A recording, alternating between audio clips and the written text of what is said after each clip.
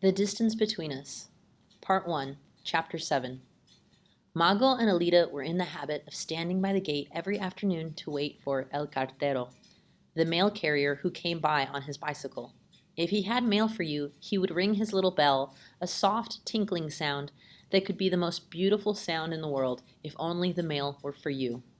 Instead, the sound of the bell was like a little needle that pricked my heart because he never rang the bell for us. Always the tinkling was for Elida or the neighbors. One day we watched him riding clumsily down the dirt road because he wasn't as good a rider as the baker. A box was tied to the rack on the back of his bike, and as he neared the house, the tinkling of the bell began. My heart was already breaking because I knew the sound wasn't for me. Elida pushed us out of the way and smiled at El Cartero, her arms already stretched out to receive the box. Christmas was in 2 days.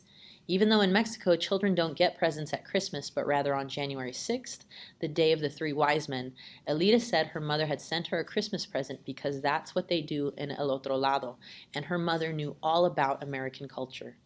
But the box wasn't for Elida.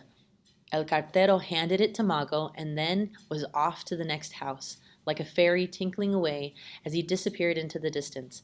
He made a mistake, that stupid man, Elida said as she tried to yank the box from Mago. There's no mistake, Mago said. Carlos and I held onto the box too in case Elida tried to snatch it away. When she saw Mago's name on it, Elida stomped away and went into the house, calling out for Abuela Avila.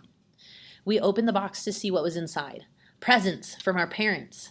Papi and Mommy had sent Mago and me 2 identical dresses. The top was white, and the bottom was the color of the purple jacaranda flowers. The collar was trimmed with lace and adorned with a beautiful silk orchid. We also got shiny patent leather shoes. Carlos got a pair of jeans and a shirt.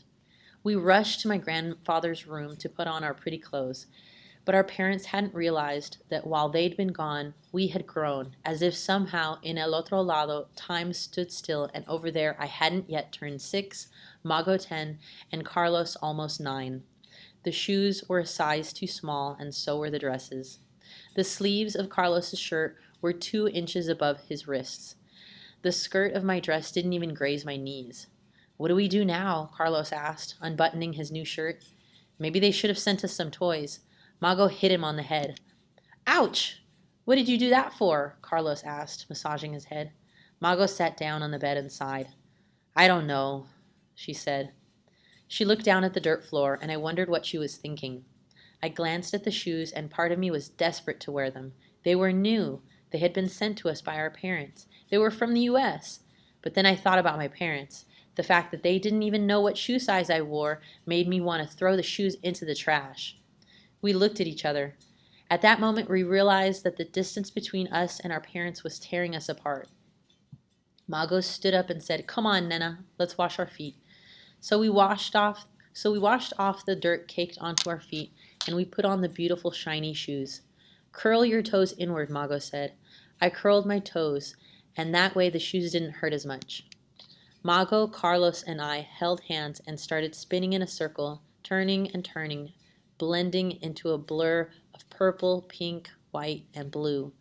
Then, without letting go, we ran out of the house, out into the street, laughing and crying at the same time. And as we ran past Don Bartolo's store, then cut across the vacant lot, then headed to the church, past the tortilla mill, and then past our old house, everyone stared at our beautiful new clothes, and not once did anyone say, Poor little orphans. Our neighbors admired our pretty clothes and shoes from afar, not knowing that by the time we got home, our feet would be covered with blisters.